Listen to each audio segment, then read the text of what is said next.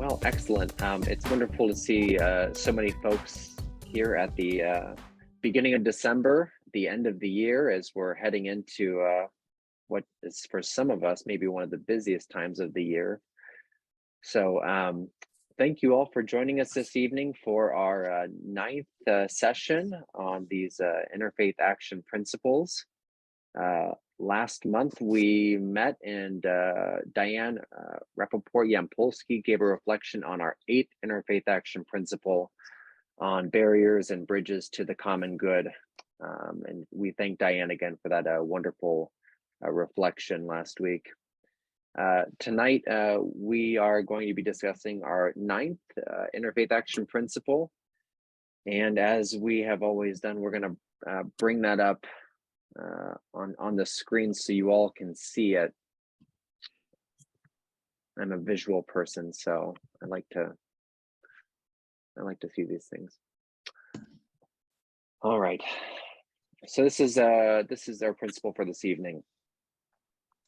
Our common good requires advancing policies of inclusion and equity. We believe that racism and systemic exclusion in multiple forms is an intrinsic evil. As such, capitalism without a foundational commitment to common good is a structural sin. Our faith traditions require us to reject systems that oppress people and create inequities. We are aware that racism and other forms of exclusionary discrimination impact the well-being of both the oppressed and the oppressor. And here this evening to give a reflection on this principle is the Right Reverend Prince Grenville Singh, Ph.D., who serves as Bishop Provisional of the Episcopal Diocese of Eastern and Western Michigan. Bishop Singh was born and raised in India, attending seminary and serving several congregations before immigrating to the US in the mid-90s for additional study and service in the Episcopal Church. His church-wide leadership includes Bishops Against Gun Violence, the House of Bishops Theology Committee, the Taskforce on the Theology of Social Justice, and as a coach in the College for Bishops and several others. Bishop Singh, thank you so much for joining us this evening, especially in the midst of your day. And we look forward to your reflection, which will be around 10 to 15 minutes, after which we'll invite the rest of you to maybe have a comment or a question on our topic for this evening. So Bishop Singh, turn it over to you. Thank you, Steve, and thank you all for this privilege of gathering together on an evening like this. I appreciate you, tolerating me from a parking lot, but I thought it's better for me to share some reflections, especially because I know many of you on this call and respect you for the good work that you are doing. So hopefully we will have a sort of a deep dive conversation together, and hopefully I can prime the pump in a small way to help us move into that. So just to remind us, our common good requires advancing policies of inclusion and equity. We believe that racism and systemic exclusion in multiple forms is an intrinsic evil. I want to say thank you to the Interfaith community leadership here with Sid and Steve and Vicky. I'm a huge fan of Vicky, especially because I've gotten to know her over the past many months that I've been here, and the deep commitment to not only social justice, but to right relationships as well. And I want to say that you are embodying those values through your leaders, and it is a pleasure to behold that. One of my informative pieces in coming to this is the question why. Why is this important for us, and why is it important for me as a person of faith to be involved in overcoming racism and systemic exclusion Uh, and perhaps a simple way for me to capture that beyond my own sort of religious texts is to remind us of what I heard Nikolai Bardev, a Russian theologian philosopher, who basically explained it like this. He said, when I am hungry, that is my material problem. But when my neighbor is hungry, that becomes my spiritual problem.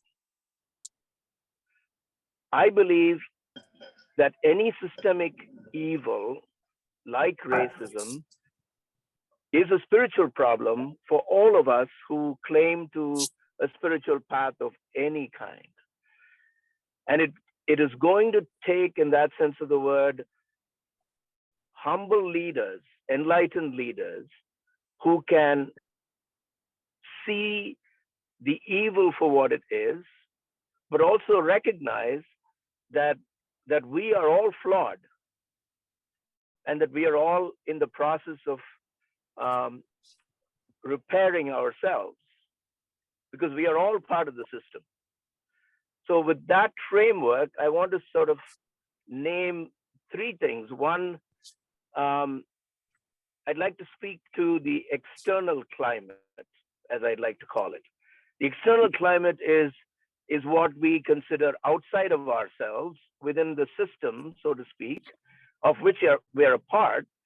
And how is this system of racism and all the other isms that go with it impacting the way we live our lives? How are our worldviews feeding into this external climate so that it is being sustained over many centuries? I think it's important for us to get a grasp of some of that in order for us to actually figure out meaningful ways to move beyond the racist and exclusive systems that we have created and sustained. So I believe it's important for us to be critical of the system and look at the larger system and not just at individual atrocities that happen, and just look at it or address it as something that needs humanitarian intervention or a compassionate service, etc. But that we are constantly also looking at the advocacy level, in that sense of the word. They're all on the same path. I do believe that whether it is social work in terms of feeding the hungry or getting engaged in policy changes so that the systems may change, all of them are, in my opinion, on equal footing. So there's not really a hierarchy of compassion, but they are different expressions. So when we look at the external climate, so to speak, and analyze to see how we can become increasingly a beloved community that is moving beyond racism and exclusive practices, we do need to keep in mind that our engagement is going to have to be constantly evaluated and changed, if you will, so that we are not sort of on a rote kind of a project, because things are changing. Racism's manifestation are constantly changing, and for us to be really plugged into some of the ways systemic racism is being lived out or manifested in our various contexts, we're going to need each other in that sense of the word. And because we are all part of the system, while I can call it external climate, my participation is also important for me to consider. So I would say that being attentive to the system is important, and that calls for some degree of self-differentiation so that we are not constantly being sucked into it by the emotional aspects that are a part of any systemic issue that we involve ourselves. And I want to say that one of the ways to be mindful of that is to also pay attention to our internal climate. And by internal climate, I mean we have to be mindful that while we have tools, for instance, and I'm like many of you, in that sense of the word, trained to be suspicious. I went to seminary, I went to do some doctoral work, and most of it was about what we affectionately in the theological world especially call a hermeneutic of suspicion. I'm sure you are familiar with it. And, you know, one of the things with the hermeneutic of suspicion is that we are, in that sense of the word, trained. I am trained to be suspicious, which is an important part of paying attention to the system, right? So in the process, though, what I'm discovering increasingly is this notion that a hermeneutic of suspicion is like a tool. And a tool is only as useful as the problem it is expected to correct or repair. If the tool is not being used appropriately, then it becomes, in many ways, destructive. So one of the things I would say to you, as I say to myself almost every day, is to be mindful. And that's why I'm calling it internal climate. I need to maintain my internal climate so that I'm not contributing to furthering the discriminations that exist within the system called racism or other aspects of exclusion or other manifestations of exclusion. So to be mindful of my internal climate is something that I need to steward. I need my own disciplines and my own sense of community to help me guard against becoming suspicious of everything. Am I making any sense? So, so I would say, for instance, I'll just use this as an example. My suspicion of things in the system, when it overflows into my common life, and I become suspicious of everybody and everything, there's no peace anymore. There is no room for beloved community anymore, because I'm constantly expecting the worst. And I think as people of faith, we do need to embody hope, and we do need to embody trust. We do need to embody beloved community. To me, beloved community is the exit strategy for racism. And when it is practiced, and I love the fact that you've got these 10 principles, which are also practices, right? And I love the second principle that you have, which is called tenderness. I just commend you for that. Because while it is important for us to be mindful of the systemic realities of racism and practices of exclusion, it is also important for us to recognize that practices of tenderness are as equally important. Do you see what I'm saying? I think at the end of the day, as learners, I think all of us are learners, we are constantly being invited to keep some meaningful balance so that our internal climate and the external climate, while related, are engaged appropriately. And so to go back to the hermeneutic of suspicion as a tool, you've heard this many times. we cannot be like the guy with a hammer for whom everything is a nail. We just have to be careful. We have to be mindful that appropriate tools at appropriate times are helpful, but they are not the tools for everything. And while racism is prevalent, it is not everywhere. It is also important for us to recognize that beloved community will only happen when there is a willingness to trust, and perhaps to trust again and again and again. That's the only way we are going to get out of this whirlpool, in my opinion. Because otherwise, for generations, we'll be doing the same diagnosis and coming to similar conclusions.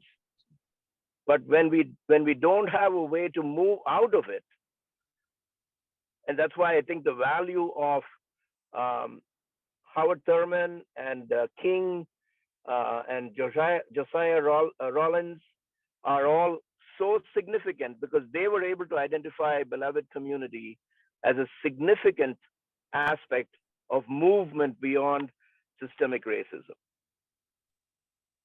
The final thing I will say as a way to invite some reflection is the interconnectedness of all things. There is no hierarchy of pain. There's no one oppression that is more significant than others. It may be important for us to focus on one because of the priority that it has lacked in a system, but all of them are connected. So we don't need to put or pit one oppression against the other, or see if one of them is, in that sense of the word, more significant than the other. And it takes, I think, leaders who are willing to say that there are many ways in which we can address some of these things, and perhaps to strategically address them, like these 10 principles, perhaps to have a meaningful way to address some of them, because they're all there. And none of them is superior to the other, and so on. So I think just being aware that these are interconnected, and that studying one and engaging in deep dives in one system is going to have a lot of information and wisdom to help us tackle some of the others. So to sum up, I want to say, yes, the external climate and the diagnosis of racism as a systemic evil is truly important. From my faith vantage point, we have very sort of clear ways in which to understand this. One way to understand it from my faith tradition is to look at what we call the baptismal covenant. And the baptismal covenant is basically split into two parts.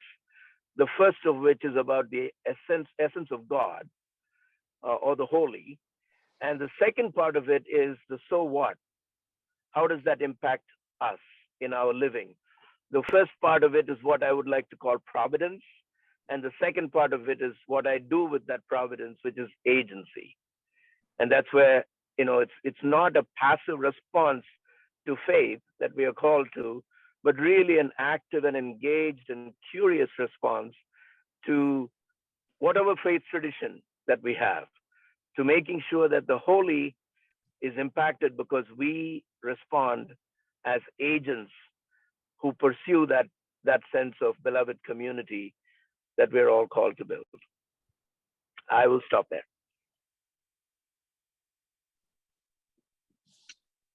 Thank you, Bishop, for that reflection on the external climate, the internal climate, and the interconnectedness of all of us. A lot to chew on there. So thank you for getting us started. And at this time, like I said, we'll turn it over to the group. Any comments you might have, or questions for Bishop Singh in this reflection on resisting racism and systemic exclusion? Yeah, Bill. Thank you, Bishop, for being here tonight. You mentioned racism manifestation changing, constantly changing. Can you give us maybe a short discussion of the long view of how you've seen that manifestation change over time, particularly as it relates to the church? So I just got back. Thank you, Bill. That's a great question. I just got back from visiting Virginia. I was in Richmond for the consecration of the Bishop of Virginia, who is a friend of mine. And going to Richmond, and I don't have a lot of history with Richmond, but I was there for a year early on. In fact, that's the place I started some of my education in my postmaster's study. Racism in the South is different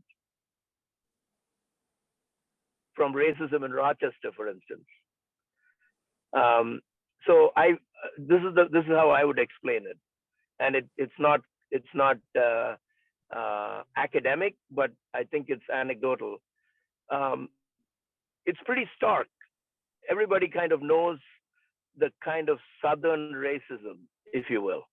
It's pretty black and white and writ large in that sense of the word. It's hard to miss it. In the North, I found that it's a lot more subtle.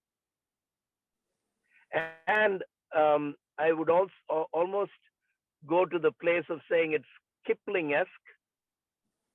It's kind of like the white man's burden version of racism, that there is almost like an obligation that is felt within the system to care for people of color, but also keep them under control. And sort of, so it's lived out with some sophistication, if I can put it that way. So it is constantly changing in that sense, but it may not be as clear and as recognizable right away. The social mores may be more nuanced. And that's what I mean by the changing morphing, or it's more the morphing of racism, right? So in its manifestation, I believe that there is a constant shifting that is taking place, and a sort of a negotiation with which people respond to the reality of racism. And so to be mindful of all of that and recognize it for what it is would be wise, is what I would say. Thank you. Mm-hmm.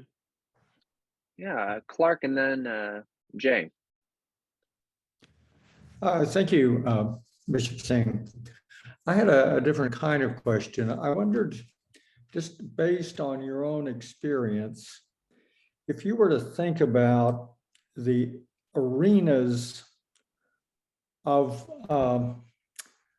advancing policies of inclusion and equity, where the churches, religious communities of all sorts, currently could exercise the most leverage to bring about changes for inclusion and equity.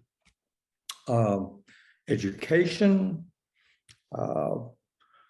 more specific projects like reparations, highly complex issues of migration. I mean, where would a group like this, representing several different denominational backgrounds, be able to exert leverage that would be heard, that would maybe raise questions that are not currently being posed in order to bring about change?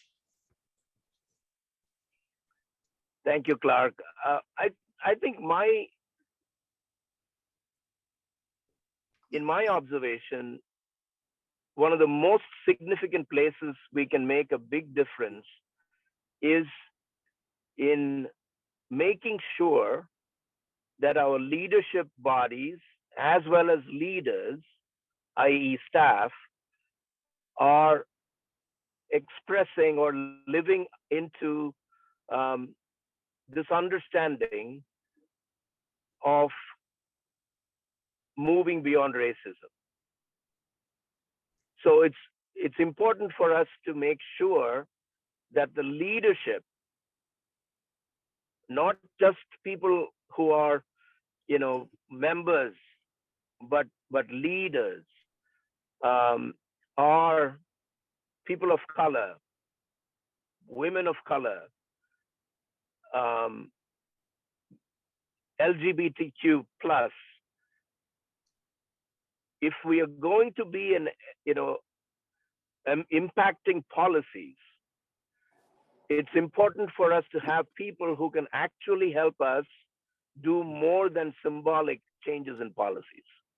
Mhm. And so to have embodied leadership, I'll say this as a person of color, being at the table as a person of color is not easy, because sometimes, I'll give you a caricature. I've had white friends of mine say, Prince, could you tell me when I'm being racist? And I'm like, I can't do that for you. You got to do that work, right? But I can help make some policy changes, right? So I would say, Clark, that if there is one major significant change that can be made in any system, and every system can deal with this, it is to make sure that the inclusion is at the leadership level. Mhm. Everything else, in my opinion, will change, not only policy-wise, but actually in the sense of integrity of those policies, and not just the symbology behind the policies. Once you have more and more leaders who are being invited to serve in whatever body. Yeah. I think that's a really striking point, especially given the media sensibility today, that when they say Christianity, they almost immediately leap to the conclusion that they're talking about white Christian nationalism. So we not only have changes to make, or let me put it another way, the changes you're proposing are changes that are crucial not only to what we do as religious communities, but to the perception, the public perception of what religion is in the wider society, what it represents, what its possibilities are, its capacity for initiating change, rather than reinforcing some false nostalgia of the past. Right. Well said. Yes, I agree.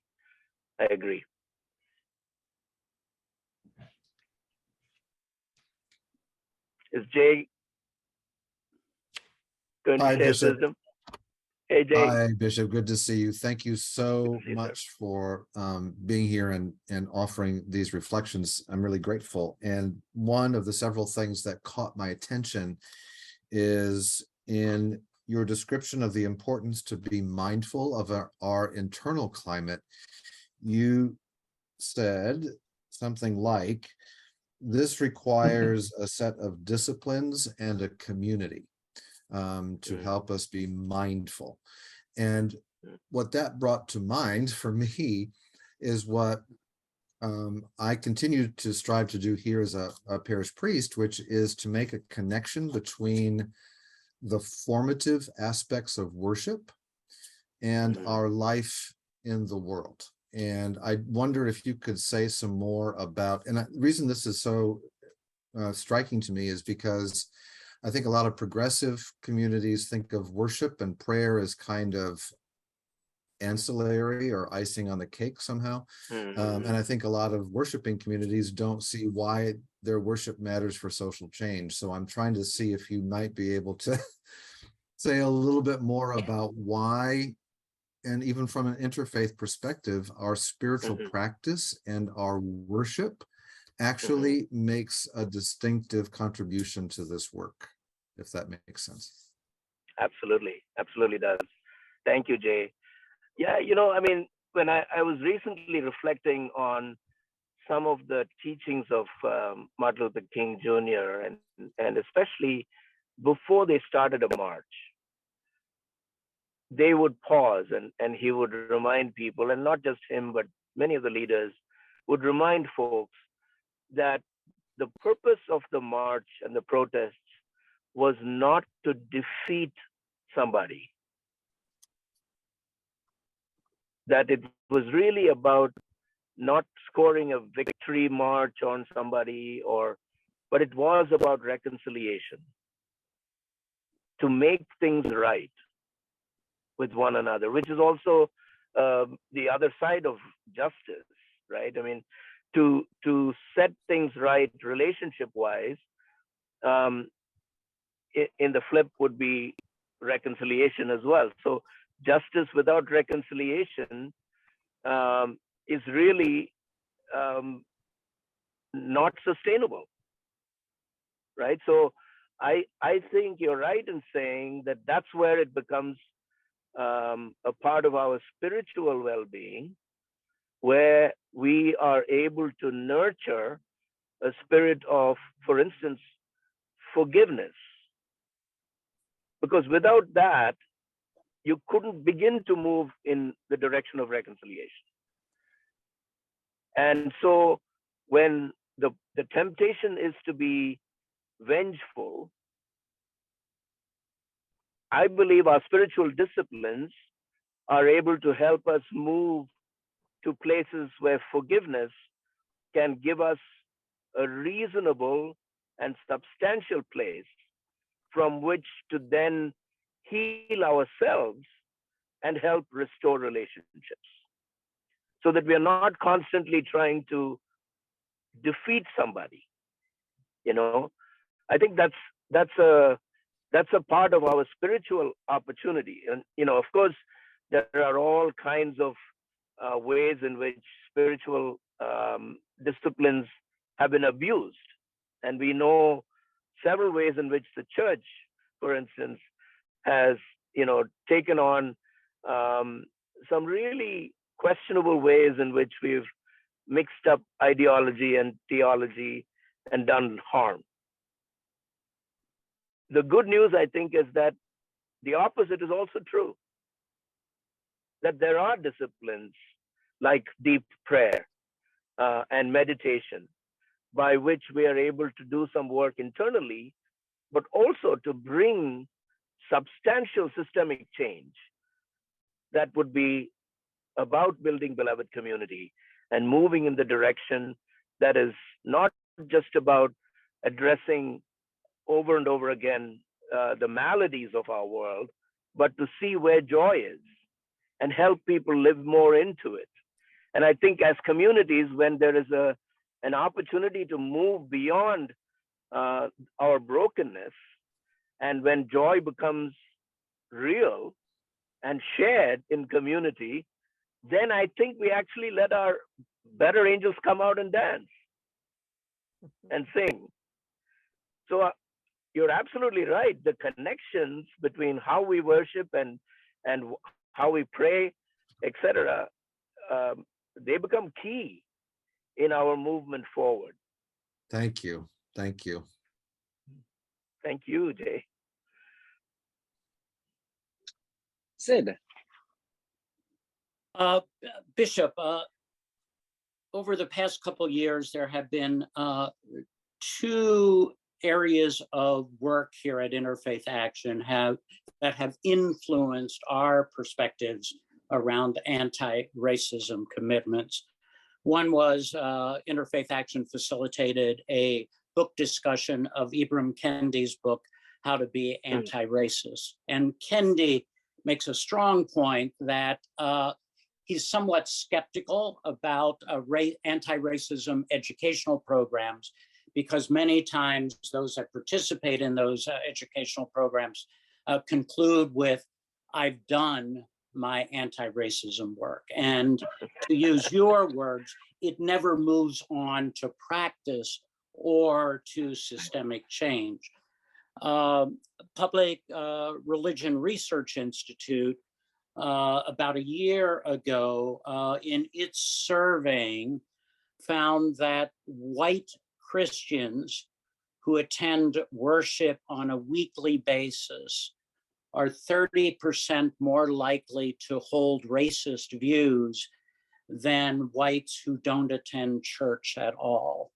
So both of those inputs caused us to look at how we might facilitate systemic change within the faith communities that are a part of Interfaith Action. And we developed a checklist of actions or behaviors that a congregation could take in order to be designated as an anti-racist congregation. An effort to move beyond very robust denominational anti-racism educational curricula and apply that in actions within the faith community as well as outside in the community at large.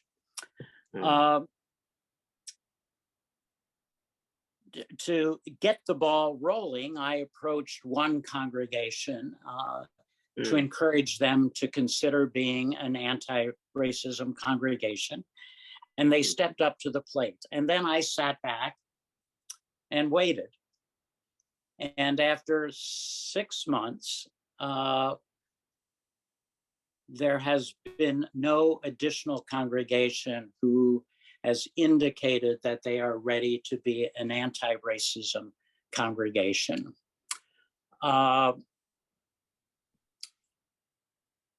What guidance do you have from your experiences, your expertise in building beloved communities, communities that are a light in the world, that model how society should be transformed through their own systemic transformation?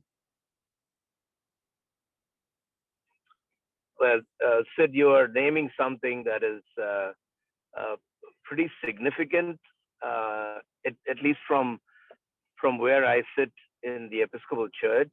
You know, we too have been through a whole season of anti-racism training, for instance. When I was in Rochester, I found that for the most part, many folks who went through the training did it grudgingly because it was mandated and so on. So towards the end of my episcopate in Rochester, I actually started to change some of the expectation. We stopped calling it anti-racism because, you know, when you're against something, that has its own limitations, because that's, you know, not a sustainable way to go. So we started to speak about it more in terms of racial reconciliation, healing, and justice. But beyond the title change, I think the invitation to any human being for a spiritual path that involves building beloved community would be, in my opinion, a lot more welcoming, and perhaps will take some rootedness. Because at the end of the day, Sid, you may agree with me on this. I learn best, and I say this rhetorically and personally, I learn best when I'm not defensive. Mm-hmm. So as a pedagogical approach, as soon as you say anti-racism, you've lost all the white people, mostly, in terms of pedagogical ferment. And once people become defensive, it just takes it to a very shallow place of learning. And those of you who are educators may agree with me or not, but that's my sense of it. I find that when we are able to open it up to a larger agenda, if you will, and that's why Beloved Community is such a big project for us. It's such a big vision for the future, and it has within it elements for all of us, regardless of color, to learn from and participate and build some ownership. So I would say that perhaps the direction that may be more sustainable would be to invite learning and practice around building Beloved Community. And the more we are able to do it in an interfaith context, the more we can actually learn with each other and from one another, and together make a better sense of what religion means in that sense of the word. Because, at the end of the day, religion is in several ways hijacked today, as many of you mentioned already. Christian being one, but every religion, in my opinion, is being hijacked by some extreme version of nationalism, for instance. With all my respect for white Christian nationalism, it's been done in other places too. There are really sophisticated ways in which religious nationalism is being engaged and practiced around the world. So, sorry, white people, you don't have a monopoly on this, right? But what I'm saying is, if this is a human problem that impacts anybody, then I think a larger, a wider, a more generous invitation would be to see if we can help participate in building and sustaining Beloved Community. And the good news is we have many models already in place, many places that it's working. There are so many ways in which hope is being generated because, barriers are breaking down, and I think people are coming to greater participation, and there is a sense of Beloved Community that's building up. And certainly the crises of our world are driving us, in that sense of the word, to do a little more of that. And thankfully, there is still some hope in that we can come together and do some good work, and in the process let go of some of these worldviews that sustain racism. I don't know if that's helpful, Sid. Yes, I think Kendi would say we shouldn't forget to name the evil or the injustice that is racism. So that I certainly resonate with, kind of the positive slant, what we are for as opposed to what we are against. That resonates with me. But Kendi and other Black theologians keep emphasizing to stare the evil in the face so that we can begin to move to places of healing and inclusion and beloved community. But thank you very much for that. Thanks, Sid. All right, and on that note, we are just past 6:45, and I want to thank you, Bishop Singh, once again for your reflection, and thank you all for your engagement with this topic, and we hope that it will be a continuing conversation. I would invite you to take a look at the anti-racism checklist, the criteria. If you haven't already, having conversations with your faith communities about those. principles, or feel free to reach out to me or Vicky or Sid if what you're seeing is challenging or is something that you want to move forward with. But in the meantime, we're grateful for these discussions. Thank you to you, Bishop, for your reflection and leading us, and wishing you all a happy end to the year. Thank you. Blessings on you. Take good care.